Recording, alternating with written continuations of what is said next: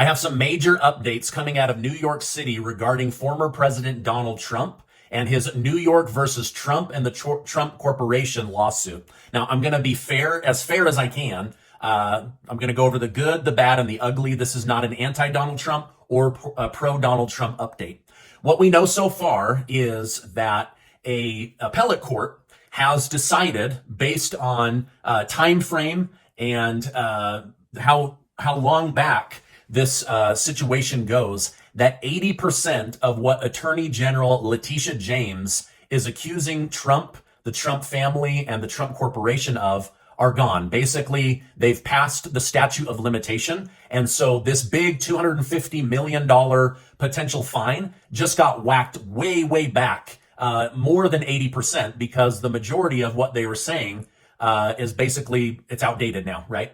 The other thing that came out that was a positive is that during the time that they're saying that they were lying about their assets, trying to inflate asset valuations, take out large insurance policies that would cost them more money than if they were smaller, and all the taxes that the Trump family paid to the state of New York. On top of all of that, Trump was sitting on over $250 million in cash. So they're accusing a company of inflating their valuations while sitting on over $250 million in cash, earning little to no interest. So it doesn't really make a lot of sense to inflate numbers when you have a bunch of cash earning next to nothing.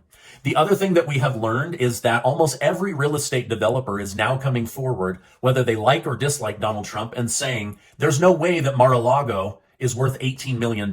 Trump paid more than that decades ago, and just simple compound interest on that money over time would have this valued at easily over $300 million. But if the land were developed, it's over $1 billion.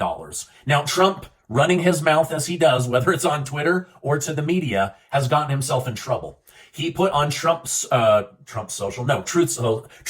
Sorry, I'm not on there. On Truth Social, Trump put a picture of one of the court clerks and said, "Oh, look at who she is, basically friends with," and posted all these pictures of this Trump-hating court clerk out with none other than Senator Chuck Schumer. Now, it's not clear if the two were dating or just good friends, but what Trump is saying is, hey, look, this is rigged against me. Look who she's friends with. It's a senator from New York that hates my guts, an attorney general from New York that hates my guts, and a judge ruling over my case that hates my guts. Now, the judge is going to have to defer to the 80% I told you about being completely wrong, but he has slapped Donald Trump with a gag order, which means he's not able to talk about anything regarding people involved in this case.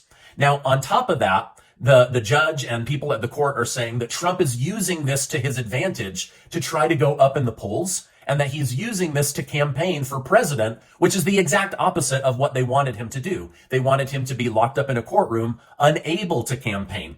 And then the last thing that I wanted, just a myth that I wanted to dispel, Trump has been saying how it's unfair that he doesn't have a jury to weigh in on his situation. He has to rely on this judge, who is obviously biased against him. But it looks like his lead attorney, Alina Habba, she forgot to fill out the proper paperwork in order to request a jury. And so that's why Trump is dealing specifically with a judge. Anyway, this is the good, the bad, and the ugly of what's going on in the Donald Trump versus New York lawsuit.